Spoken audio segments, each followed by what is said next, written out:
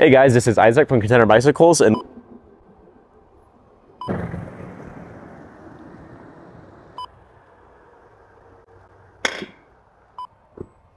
we still want to film out here, or do we want to move it then?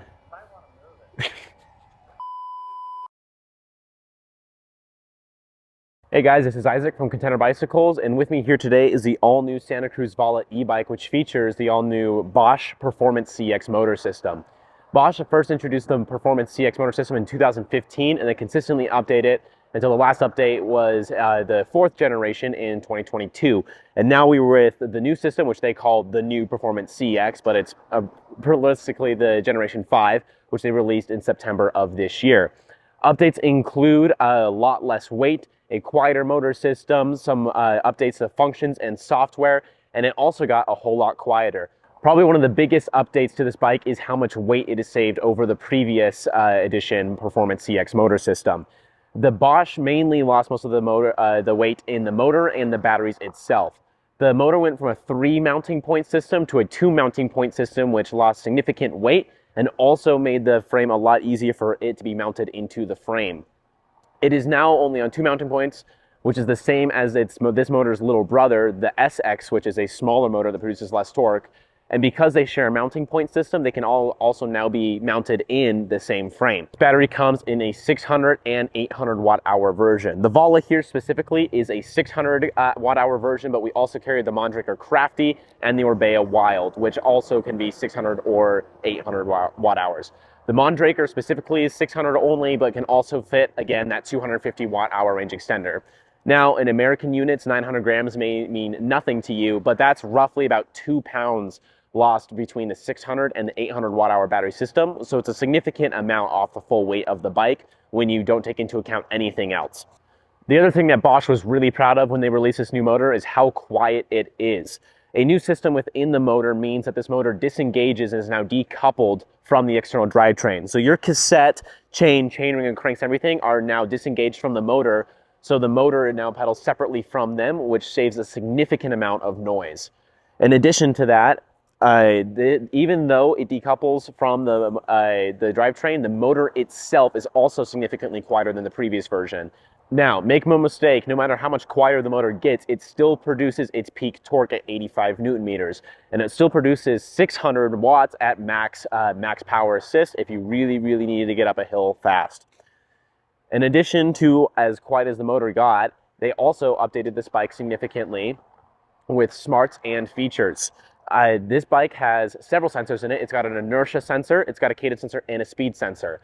The new motor software update takes into account all the information coming from these sensors and can determine not only how fast you're pedaling, how fast the wheel's going, it can determine also whether you're pointed uphill, downhill, etc. All these information is taken into account when the motor decides how much torque and power to give you at any given moment to give you the best power possible when you want to softly pedal, when you want the power, when you're uphill. No matter what, it's trying to give you the best power possible. This also introduces a new feature that Bosch calls a hill hold.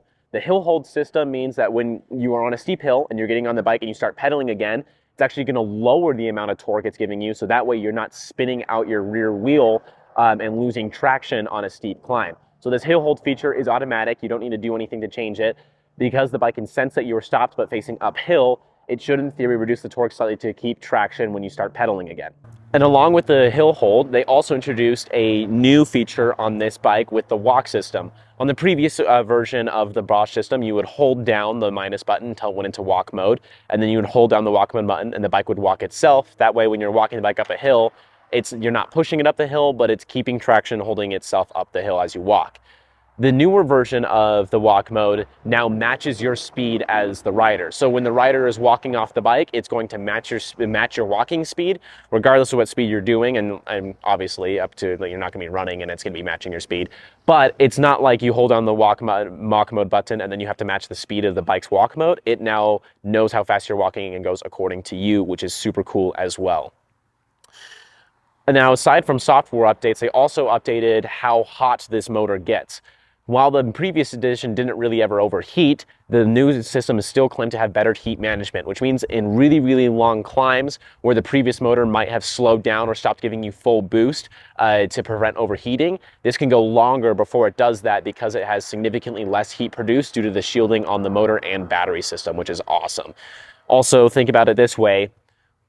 Less heat coming off the motor is more energy that is being conserved within the system, which means better battery life. In addition to the rest of the new motor system, there is also a new remote and display.